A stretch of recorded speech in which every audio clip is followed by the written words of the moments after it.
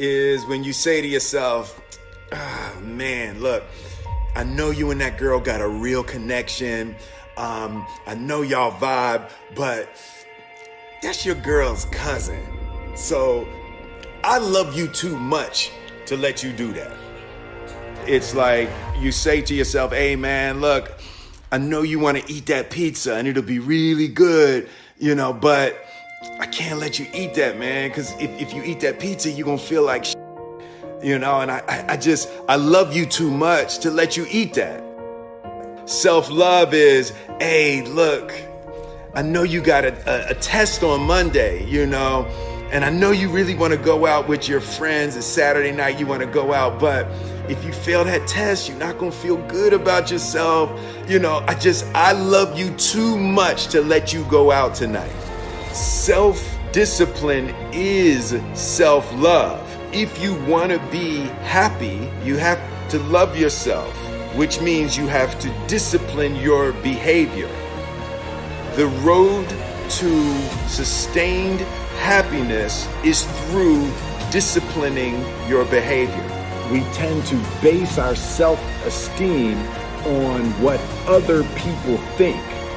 And that's not really self-esteem. Self-esteem is supposed to be how we feel about ourselves. And I was just saying how dangerous it is to allow other people to determine how you're going to feel about you. And it's kind of like looking into a broken mirror. You're going to look in a broken mirror and then change your face to try to look good in this defiled, busted, broken mirror. And it just, other people's opinions is a really way to determine how we feel about ourselves.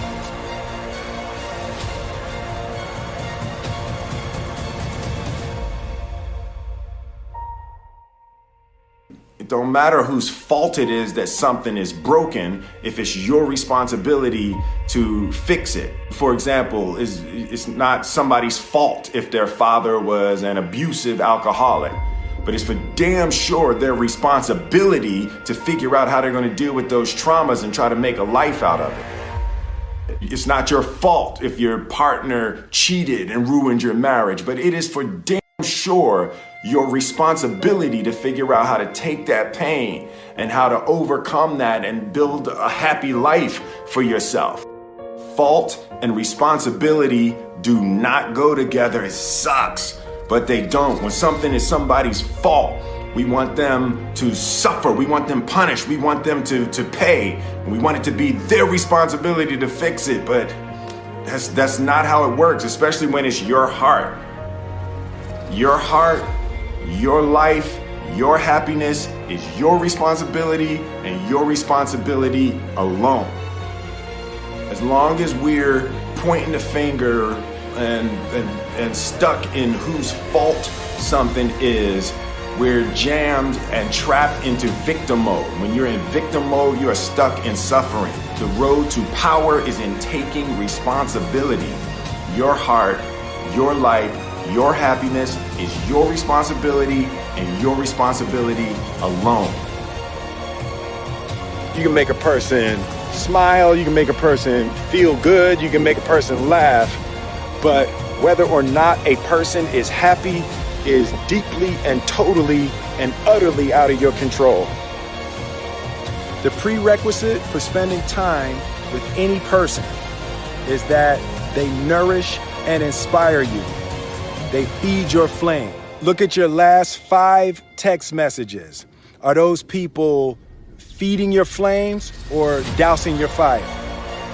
Put your phone down for just a second and look around. Look to the people around you.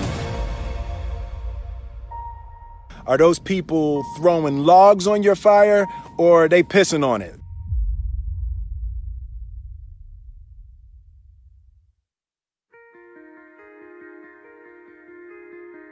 I want my life, I want my work, my family, I want it to mean something. And it's like, if you are not making someone else's life better, then you're wasting your time.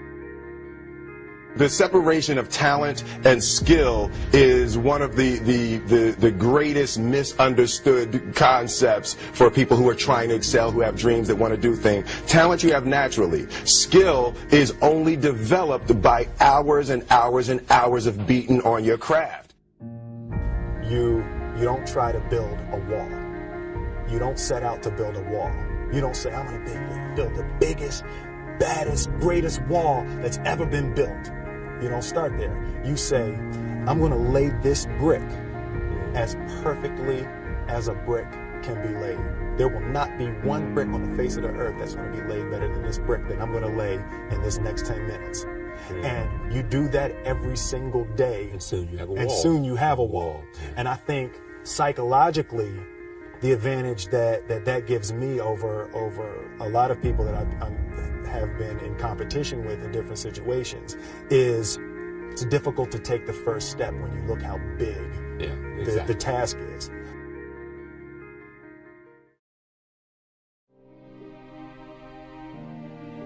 The definition of who I am is very clear to me, and it also redefines who I want to be, in that I know for a fact that I'm stronger than I thought I was.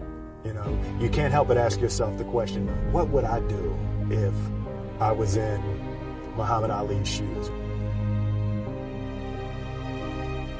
I'm motivated by fear. I hate being scared to do something. And I think what developed in my early days was the attitude that I started attacking things that I was scared of. Why were you scared in your bed the night before? What do you need that fear for? Just don't go. Why are you scared in your bed 16 hours before you jump? Why are you scared in the car? Why could you not enjoy breakfast? Fear of what? You're nowhere even near the airplane. Everything up to the stepping out, there's actually no reason to be scared. It only just ruins your day. You don't have to jump.